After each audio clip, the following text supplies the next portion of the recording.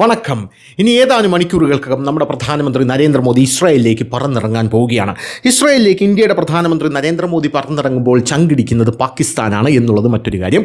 പിന്നെ പാകിസ്ഥാൻ്റെ പൃഷ്ഠം താങ്ങി നടക്കുന്ന തുർക്കി എന്ന് പറയുന്ന അലവലാതി രാജ്യത്തിൻ്റെയും ചങ്കിടിക്കുന്നു എന്നുള്ളത് മറ്റൊരു കാര്യമാണ്.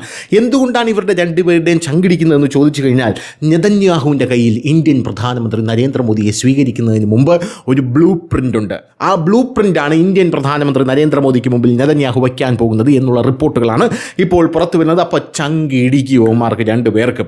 എന്താണ് നെതന്യാഹു ഇന്ത്യൻ പ്രധാനമന്ത്രി നരേന്ദ്രമോദിക്ക് കരുതി വച്ചിരിക്കുന്ന ആ സർപ്രൈസ് ഗിഫ്റ്റ് അഥവാ ബ്ലൂ പ്രിൻ്റ് എന്നുള്ള ചോദ്യമാണ് ഇപ്പോൾ ഉയർന്നു വരുന്നത്. ധാരാളം സവിശേഷതകൾ ഇത്തവണത്തെ ഇന്ത്യൻ പ്രധാനമന്ത്രി നരേന്ദ്രമോദിയുടെ ഇസ്രായേൽ സന്ദർശനത്തിനുണ്ട്. കഴിഞ്ഞ തവണ നമ്മുടെ പ്രധാനമന്ത്രി നരേന്ദ്രമോദി ഇസ്രായേൽ സന്ദർശനം നടത്തിയപ്പോൾ അവിടെ നെതന്യാഹു പ്രോട്ടോകോളൊക്കെ ലംഘിച്ചു വന്ന് പ്രധാനമന്ത്രിയെ കെട്ടിപ്പിടിക്കുന്നതും ഉമ്മ വയ്ക്കുന്നതും രണ്ടുപേരും കാലൊക്കെ ഇങ്ങനെ വലിച്ചു പൊക്കിയിട്ടുണ്ടല്ലോ, മറ്റേ പാൻറ്റൊക്കെ ഇങ്ങനെ വലിച്ചു പൊക്കിയിട്ട് നേരെ കടലിലേക്ക് ഇറങ്ങി നിൽക്കുന്നതും കളിക്കുന്നതും ചിരിക്കുന്നതും കാറിനകത്തിൽ സംസാരിക്കുന്നതും. ആക്ച്വലി അവിടെ നിന്നാണ് ഈ കാറിനകത്തുള്ള നയതന്ത്രം തുടങ്ങുന്നത്. അങ്ങനെയുള്ള സെറ്റപ്പൊക്കെ കണ്ടതാണ്. പക്ഷേ ഇത്തവണ പോകുമ്പോൾ ഒരു പടി കൂടെ കടന്ന് ഒരു ബ്ലൂ പ്രിൻ്റ് അവതരിപ്പിക്കുകയാണ്. ഈ ബ്ലൂ പ്രിൻ്റിൽ ഹെക്സഗൺ എന്ന് പറഞ്ഞൊരു സാധനമുണ്ട്.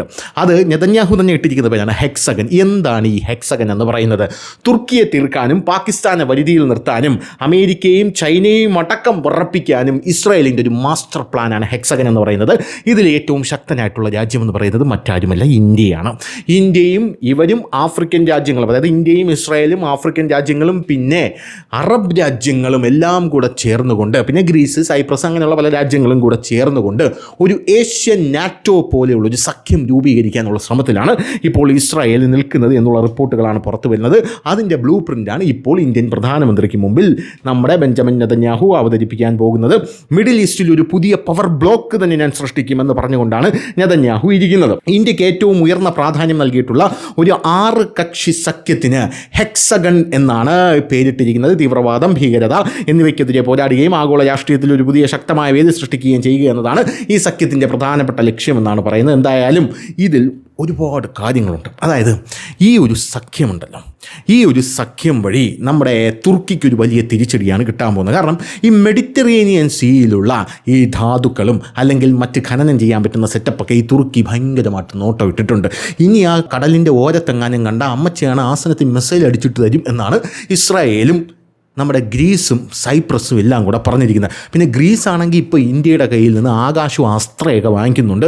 അവർക്ക് ഭയങ്കരമായിട്ട് അങ്ങ് ബോധിച്ചു പോയി, വിലയോ തുച്ഛം ഗുണമോ മെച്ചം എന്ന രീതിയിലാണ് പോകുന്നത്. പിന്നെ നേരെ അപ്പുറത്ത്, തുർക്കിയുടെ അപ്പുറത്ത് നമ്മുടെ അർമേനിയ എന്ന് പറഞ്ഞൊരു രാജ്യമുണ്ട്. തുർക്കിയുടെ ബദ്ധ ശത്രുവാണ്. അർമേനിയ ആണെങ്കിൽ ഒരു പ്രദർശനം നടത്തി. ആ പ്രദർശനം എന്ന് പറഞ്ഞാൽ അവരുടെ ആയുധങ്ങളുടെ പ്രദർശനമാണ്. അതിനകത്ത് ഒരു ഡ്രോൺ അതിനകത്ത് അവർ കണ്ടു. ഈ ഡ്രോൺ തുർക്കി കണ്ടതും തുർക്കി ഓടി വന്ന് ഇസ്രായേലിനെ ഒന്ന് തോണ്ടി വിളിച്ചു. എന്നിട്ട് പറഞ്ഞു, നിങ്ങൾ ഞങ്ങൾക്ക് തന്ന ഡ്രോൺ അല്ലേ, അതായത് ചാവേർ ഡ്രോൺ അല്ലേ അവിടെ ഇരിക്കുന്നത്.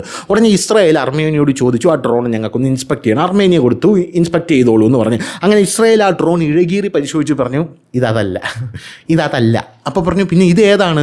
ഇത് അവർക്ക് ഇന്ത്യ കൊടുത്ത ഡ്രോണാണ്. പക്ഷേ ഇത് സെയിം ഡ്രോൺ അല്ലേ, നീ ഇതല്ല അതല്ലേ ഇത് എന്നുള്ള രീതിയിലായിരുന്നു നമ്മുടെ തുർക്കിയും അസർബൈജാനും ഇസ്രായേലിനോട് സംസാരിച്ചു. അതായത് ഈ ഡ്രോണ് ഇസ്രായേലിൻ്റെ നമുക്ക് തന്ന ഡ്രോണിൻ്റെ അതേ പകർപ്പല്ലേ ഈ ഡ്രോൺ അല്ല, അത് ഇങ്ങനെ ഇരിക്കും, ഇത് ഇങ്ങനെ ഇരിക്കും. അതായത് രണ്ടല്ല, രണ്ടും വശങ്ങളിൽ നോക്കുമ്പോൾ വ്യത്യസ്തമാണെന്നാണ് യഥാർത്ഥത്തിൽ ഇസ്രായേൽ പറയുന്നത്. റിവേഴ്സ് എഞ്ചിനീയറിംഗിലൂടെ ഇന്ത്യ ഇത്തരത്തിലൊരു ഡ്രോണിനെ ഉണ്ടാക്കിയിരിക്കുന്നു എന്നാണ് ഇപ്പോൾ ഇസ്രായേലും അല്ലെങ്കിൽ അസർബൈജാനും അടക്കം പറഞ്ഞുകൊണ്ടിരിക്കുന്നത്. എന്തായാലും അസർബൈജാനും തുർക്കിക്കും ഇസ്രായേൽ കൊടുത്ത ആ ഡ്രോണ് വലിയൊരു ഡ്രോണാണ്. ആ ഡ്രോണ് വച്ച് ആക്രമണം നടത്തി കഴിഞ്ഞാൽ 100% വിജയം ഉറപ്പാണ്. അപ്പോൾ അങ്ങനെ ഇരിക്കുന്ന ഒരു സാഹചര്യത്തിൽ എനിക്ക് തോന്നുന്നു ആ ഡ്രോണിൻ്റെ പേര് ഡ്രാഗൺ ഫ്ലൈ 3 അങ്ങനെ എന്തോ ആണ് ആ ഡ്രോണിൻ്റെ പേരെന്നാണ് എനിക്ക് തോന്നുന്നത്. തെറ്റുണ്ടെങ്കിൽ ക്ഷമിക്കുക. അപ്പോൾ എന്തായാലും അപ്പോൾ അങ്ങനെയുള്ളൊരു സാഹചര്യത്തിൽ ഈ ഡ്രോണ് ഈ തുർക്കിയുടെയും അസർബൈജാൻ്റെയും കയ്യിലിരിക്കുമ്പോൾ അർമേനിയയ്ക്ക് താരതമ്യേന ശക്തി കുറവാണ്. ഇപ്പോൾ സമാനമായിട്ടുള്ള ഡ്രോൺ ഇന്ത്യക്ക് അർമേനിയ കൊടുത്തതോടുകൂടി രണ്ടും തുല്യ ശക്തികളായി. അതായത് ഇങ്ങോട്ടൊന്നടിച്ചാൽ അങ്ങോട്ട് രണ്ടടിച്ചോ എന്നാണ് കൃത്യമായിട്ട് അർമേനിയ പറഞ്ഞിരിക്കുന്നത്. എന്തായാലും ആടിയുണ്ട് നൂരും എന്നും പറഞ്ഞിട്ടുണ്ട്. അപ്പോൾ അങ്ങനെ ഒരു സൈഡ് കിടപ്പുണ്ട്. ഇപ്പുറത്തെ സൈഡിൽ ഗ്രീസും സൈപ്രസിലാണെങ്കിൽ നമുക്ക് സുഖോയി തരാം, വേണമെങ്കിൽ അതിൻ്റെ അടിയിൽ ബ്രഹ്മോസ് ഫ്രിറ്റ് ചെയ്ത് തരാം എന്നൊക്കെ മോദി പറഞ്ഞു വിട്ടിരിക്കുകയാണ്. ഗ്രീസ് ആണെങ്കിൽ ഇന്ത്യയുടെ കയ്യിൽ നിന്ന് പല സാധനങ്ങളും മേടിച്ചിട്ടുണ്ട്. പോരാത്തതിന് ഇന്ത്യ ഇങ്ങോട്ട് വിളിച്ചിരിക്കുകയാണ് ഈ പവർ ബ്ലോക്ക് രൂപീകരിക്കാനായിട്ട്. ഇതൊരു ഏഷ്യൻ നാറ്റോ ആയിട്ട് നമുക്ക് വളർത്തിക്കൊണ്ട് വരണം എന്ന് പറഞ്ഞ് വിളിച്ചിരിക്കുകയാണ്. അപ്പോൾ അങ്ങനത്തെ ഒരു സെറ്റപ്പും കൂടെ വച്ചിരിക്കുകയാണ്. പിന്നെ ഇതിൽ ഏറ്റവും പ്രധാനപ്പെട്ട കാര്യം എന്ന് പറയുന്നത് വ്യാപാര പാതയാണ്. അതാണ് മല്ലയ്യ ഏറ്റവും വലിയ പ്രത്യേകത എന്ന് പറയുന്നത്. എന്തുകൊണ്ടാണ് ഈ വ്യാപാരപാത ഏറ്റവും വലിയ പ്രത്യേകത ആവുന്നതെന്നറിയാമോ? ചൈനയുടെ ബെൽറ്റ് ആൻഡ് റോഡ് പദ്ധതിയെ ഈ വ്യാപാരപാത തകർക്കും എന്നുള്ളത് കൊണ്ടാണ്.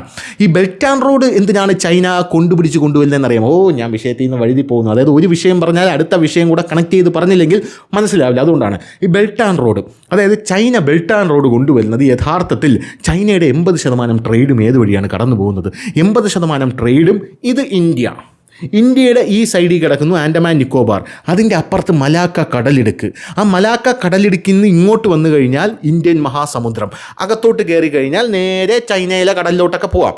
അപ്പോൾ അതുവഴിയാണ് ചൈനയുടെ 80% ട്രേഡും പോകുന്നത്. ചൈന ഏതെങ്കിലും ഒരു സന്ദർഭത്തിൽ ഇന്ത്യയെ അറ്റാക്ക് ചെയ്ത് കഴിഞ്ഞാൽ ഇന്ത്യ എന്ത് ചെയ്യും? ആ മലാക്ക കടലിടുക്ക് അങ്ങോട്ട് അടയ്ക്കും. അത് അടയ്ക്കാൻ നമ്മൾ ദ ഗ്രേറ്റ് നിക്കോബാർ പ്രോജക്റ്റും പിന്നെ നമ്മളവിടെ ആണവ മതിലൊക്കെ പണിയുന്നുണ്ട്. അപ്പോൾ അങ്ങനെ പണിയുന്ന ഒരു സാഹചര്യത്തിൽ ചൈനയ്ക്ക് എത്രയും വേഗം ഈ ബെൽറ്റ് ആൻഡ് റോഡ് പൂർത്തിയാക്കണം. ഇന്ത്യ എങ്ങാനും അതിൻ്റെ കഴുത്തിന് കുത്തിപ്പിടിച്ച് കഴിഞ്ഞാൽ ഈ ബെൽറ്റ് ആൻഡ് റോഡ് വഴി കച്ചവടം കാര്യങ്ങളൊക്കെ നടത്താമല്ലോ. അപ്പോഴാണ് ഇന്ത്യൻ പ്രധാനമന്ത്രി നരേന്ദ്രമോദി ഇപ്പോൾ ഇസ്രയേലിൽ പോയിട്ട് പുതിയ പവർ ബ്ലോക്ക് ഉണ്ടാക്കാനുള്ള ശ്രമം നടത്തുന്നത്. അങ്ങനെ പുതിയ പവർ ബ്ലോക്ക് ഉണ്ടാക്കി കഴിഞ്ഞാൽ ഈ ബെൽറ്റ് ആൻഡ് റോഡ് തകർന്നു പോകും എന്നുള്ളതാണ് ഏറ്റവും വലിയ പ്രത്യേകത എന്ന് പറയുന്നത്. അങ്ങനെ ആ ബെൽറ്റ് ആൻഡ് റോഡിനെ മറികടന്ന് കഴിഞ്ഞാൽ അതും ചൈനയ്ക്ക് ഒരു വലിയ തലവേദനയാവും. അപ്പോൾ ഒരു വഴിക്ക് 3-4 പക്ഷികളെയാണ് വീഴ്ത്താനായിട്ട് ഇന്ത്യൻ പ്രധാനമന്ത്രി നരേന്ദ്രമോദി അങ്ങോട്ടേക്ക് പോകുന്നത്. നേരത്തെ പ്രധാനമന്ത്രി മലേഷ്യയിലേക്ക് പോയപ്പോൾ ഇവിടെയുള്ള കമ്മി സുഡാപ്പികളൊക്കെ പറഞ്ഞത് മോദി മലേഷ്യയിൽ ടൂറിന് പോയി എന്നാണ് പറഞ്ഞുകൊണ്ടിരുന്നത്. യഥാർത്ഥത്തിൽ ഈ മലാക്ക കടലിടുക്കിന് അടുത്ത് കിടക്കുന്ന രാജ്യമാണ് മലേഷ്യ എന്ന് പറയുന്നത്. അവിടെ പോയി നമ്മൾ അസ്ത്ര മിസൈലുകൾ കൊടുത്തു. മലേഷ്യയിൽ പോയിട്ട് അസ്ത്ര മിസൈൽ തരാമെന്ന് പറഞ്ഞ് നരേന്ദ്രമോദി അവിടെ പോയി അതൊക്കെ കച്ചവടം അടിച്ച് കൃത്യമായിട്ട് നെഗോഷിയേറ്റ് ചെയ്തിട്ടൊക്കെയാണ് ഇങ്ങ് തിരിച്ചു വന്നത്. അതായത് നമ്മുടെ അസ്ത്ര മിസൈലുകൾ മലാക്ക കടലിടുക്കിൻ്റെ അടുത്ത് മലേഷ്യയിലേക്ക് എത്തിക്കഴിഞ്ഞു. അപ്പോൾ ഇതൊക്കെ ചൈനയ്ക്കും അറിയാം. ചൈന ഇത് നെഞ്ചിടിപ്പോട് കൂടിയാണ് നോക്കിക്കാണുന്നത്. പിന്നെ പോരാത്തതിന് ഇന്ത്യയെ വ്യോമ പ്രതിരോധ സംവിധാനത്തിൽ ഫിറ്റ് ചെയ്യാനുള്ള പല നൂതനമായിട്ടുള്ള രഹസ്യ ആയുധങ്ങളും കണ്ണൂരുള്ള കളരിയിൽ നിന്ന് ഞങ്ങൾ ഇറക്കുന്നുണ്ട് എന്നാണ് ഇന്ത്യൻ പ്രധാനമന്ത്രി നരേന്ദ്രമോദി ഇസ്രായേൽ പോകുന്നതിന് മുമ്പേ നമ്മുടെ ജനങ്ങളോട് പറഞ്ഞിരിക്കുന്നത്. അങ്ങനെ വ്യോമ പ്രതിരോധ സംവിധാനം, അത് പാകിസ്ഥാനെ ഉദ്ദേശിച്ചുള്ളതാണ്. അങ്ങനെ ഇവന്മാരെ എല്ലാ മൂട്ടിലും പഠിക്കാനുള്ള സെറ്റപ്പിനാണ് പ്രധാനമന്ത്രി നരേന്ദ്രമോദി ഇസ്രായേലിലേക്ക് പോകുന്നത്. ഇനി ഏതാനും മണിക്കൂറുകൾ മാത്രമാണുള്ളത് ഇന്ത്യയുടെ പ്രധാനമന്ത്രി നരേന്ദ്രമോദി ഇസ്രായേലിലേക്ക് പറന്നിറങ്ങാൻ എന്ന് മാത്രം ഓർമ്മിപ്പിച്ചുകൊണ്ട് നിർത്തുന്ന സുഹൃത്തുക്കളെ, നന്ദി, നമസ്കാരം. അപ്പോൾ ശരി.